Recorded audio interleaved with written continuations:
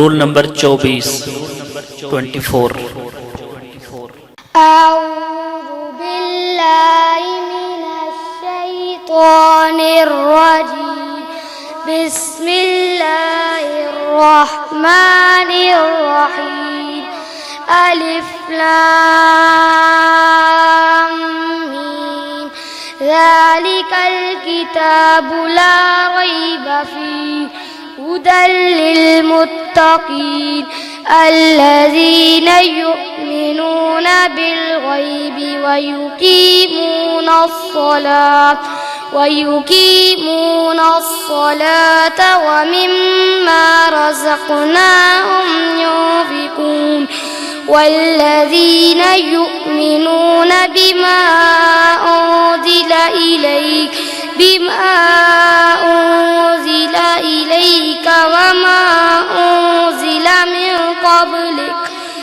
وبالآخرة هم يوقنون أولئك على هدى من ربهم وأولئك هم المفلحون إن الذين كفروا سواء عليهم أأنذرتهم أم لم تنذرهم لا يؤمنون ختم الله على قلوبهم وعلى سمعهم وعلى أبصارهم غشاوة ولهم عذاب عظيم ومن الناس من يقول آمنا بالله وباليوم الآخر وما هم بمؤمنين يخادعون الله والذين آمنوا وما يخدعون إلا أنفسهم وما يشعرون في قلوبهم مرض فزادهم الله مرضا ولهم عذاب عليم بما كانوا يكذبون وإذا قيل لهم لا تفسدوا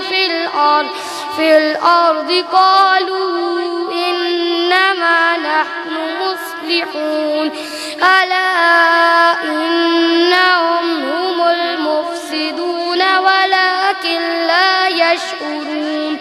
وإذا قيل لهم آمنوا كما